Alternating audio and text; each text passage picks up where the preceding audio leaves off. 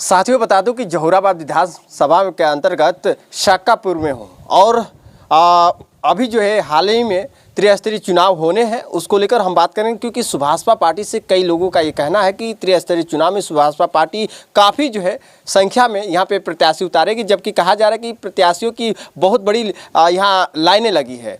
या खुलासा हम करना चाहेंगे, क्या सच में त्रिस्तरीय चुनाव में सुभाषपा पार्टी से काफ़ी लोग नज़र आएंगे या फिर अदर भी पार्टी से लोग यहाँ नज़र आएंगे? फिलहाल ये कुछ समय के बाद पूरी तरह जो है ये चुनावी अखाड़े में लोगों की उपस्थिति होगी। लेकिन हम बात करूंगा कि जहुराबाद में क्या समीकरण चल रहा है। हमारे साथ हैं वेद प्रकाश बिंद, जो सुभाषपा पार्टी के एक बहुत अच्छे नेता भी है, जबकि इनका संघर्ष सुभाषपा में ही जुड़ा रहा। स्वागत है सबसे पहले। धन्यवाद राजभर एक्सप्रेस का।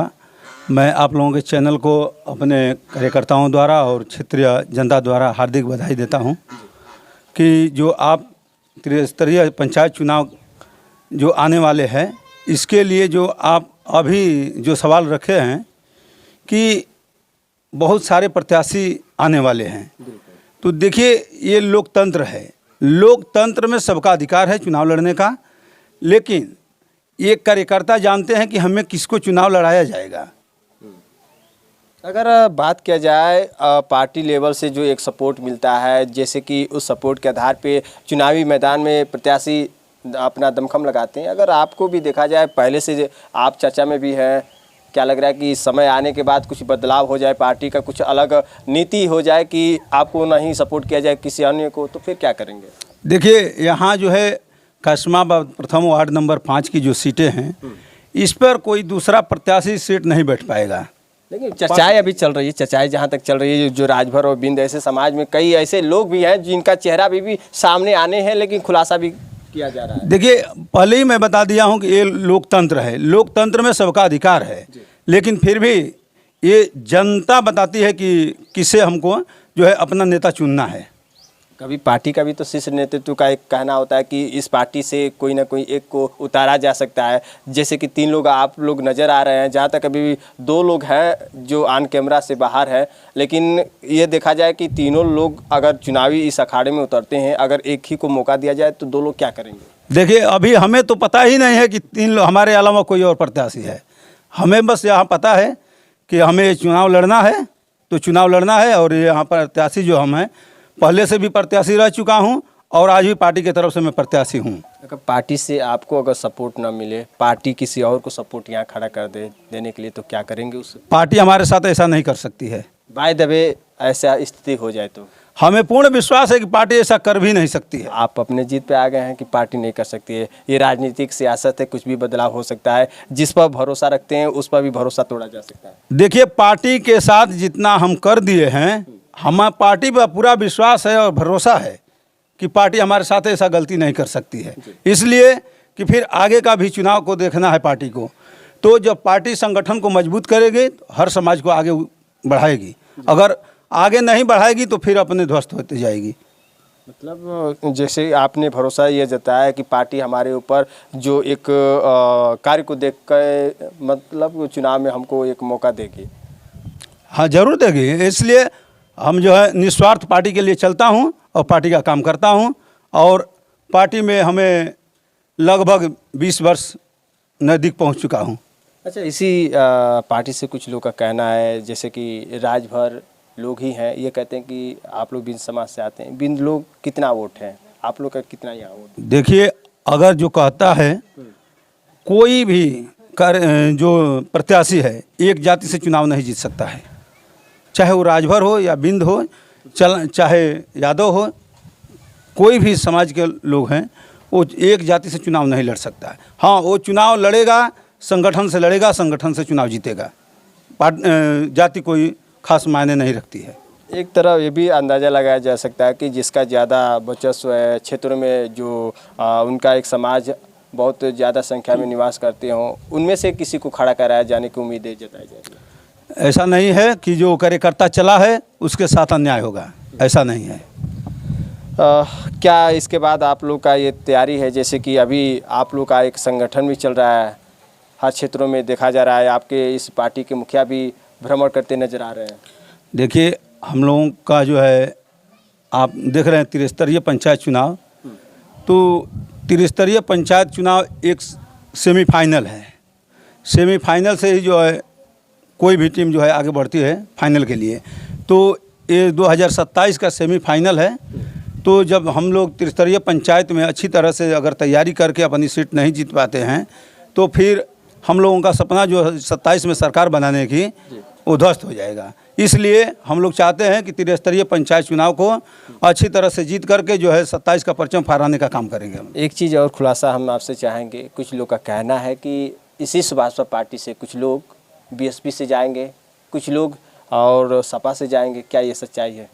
देखिए, ये तो पार्टी के कार्यकर्ता जो चलते हैं, जो हम लोग चल रहे हैं, तो जिनको आना है तो हम लोगों की देखिए ये पूर्वांचल में एक नंबर की पार्टी है और पूरे उत्तर प्रदेश में जो है अब उभरती हुई सबसे ताकतवर पार्टी जो है सुहेलदेव भारतीय समाज पार्टी हो चुकी है। तो हर दल से लोग भाग कर आना चाहते हैं और आ भी रहे हैं। एक बीच बड़ा एक जो है संकट की बात कर दी थी स्वाभिमान पार्टी, जो रैलियां करके यहाँ पे ओम प्रकाश राजभर के आगे एक चुनौती भी खड़ा कर दी थी। देखिए, वो कभी चुनौती पैदा नहीं कर पाएगी। जब घर से कोई बिछड़ता है ना तो 2, 4, 10 दिन 15 दिन तक ले जो है घर को उजाड़ने का काम करता है। उसके बाद फिर धीरे धीरे, हम तो पहले इंटरव्यू में आपको बताए थे कि जो है महेंद्र राजभर 2027 में हम लोगों के साथ आ जाएंगे। ये मैं कंफर्म बता दे रहा हूँ कि वो तो कहते हैं कि सर ना कभी झुकाए हैं और ना कभी हम झुका सकते हैं, कभी इस पार्टी की तरफ हम जो है कभी सर झुका कर आ नहीं सकते हैं। मैं आपसे अभी बता दे रहा हूँ कि 1 मई का जो है दिन को आप याद रखिएगा और 2027 में उसको भी याद करिएगा कि डॉक्टर वेद व्यास बिंद ने क्या कहा था। आज तो 1 मई, आज फर्स्ट डे है। तो अगले जो है 2027 आते आते महेंद्र राजभर हम लोगों के साथ खड़ा होकर के आगे आगे चलने का काम करेंगे। क्या ये सच्चाई है? आप इस तरह से कहते हैं महेंद्र राजभर पूरा अपने औलाद की कसम खाकर कहते हैं कि जो है सूरज चांद एक हो सकता है लेकिन महेंद्र एक नहीं हो सकता है, फिर कैसे आप बात कर रहे हैं? देखिए, ये राजनीति है। राजनीति में बाप बेटा का नहीं होता है, बेटा बाप का नहीं होता है। तो महेंद्र राजभर जानते हैं कि आज हम कुछ भी कहेंगे कल सुभाषपा के साथ जाना ही जाना है। एक चीज़ और खबर आ रही है कि आपके जो इस पार्टी के नेता हैं वो बीएसपी की तरफ, गठबंधन की तरफ जा रहे हैं, क्या ये भी आप लोग का उस रास्ते की तरफ जाना उम्मीद है? देखिए, ये बड़े संगठन की बात है। बड़े संगठन के लोग कहाँ जाएंगे, क्या करेंगे, वो उनकी बात है। हम जहुराबाद की बात को जानते हैं, अपने क्षेत्र की बात जानते हैं, और अन्य वो बड़े नेताओं का काम है, वो जहाँ चलेंगे तहाँ हम लोग साथ हैं। 27 में जहुराबाद में क्या स्थिति बनेगी सुभाषपा पार्टी के लिए? सुभाषपा फिर 2027 में जो है हैट्रिक पूरा करने जा रही है। हैट्रिक? हाँ, लोगों का कहना है कि यहाँ इतिहास रहा है 2 बार के बाद तीसरा बार सफाई हो जाता है, हैट्रिक कैसे लगा पाएगी सुभाषपा? इतिहास बनता और बिगड़ता है, तो इस बार इतिहास हम लोग बनाने चल दिए हैं और 2027 में नया होगा जो हैट्रिक लगेगा।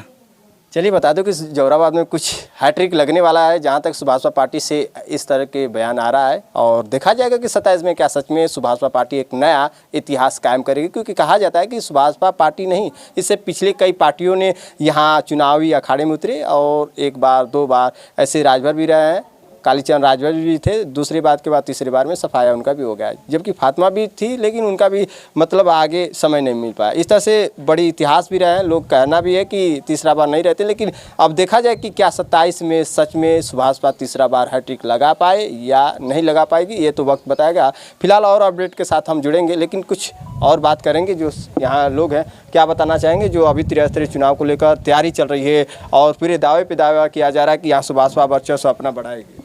देखिए, मैं ये कहना चाहता हूँ, मैं एक शिक्षक हूँ और हम लोग अक्सर गांव में आते जाते रहते हैं।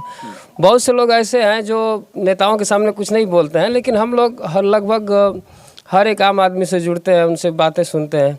मान लीजिए पार्टी तो अपनी जगह पे है, वो ठीक है, लेकिन आदमी ये देखता है, आम आदमी, कि कौन सा ऐसा व्यक्ति है, कौन सा ऐसा नेता है जो हम लोग की बातें सुनता है, जो हम लोगों के साथ चला है।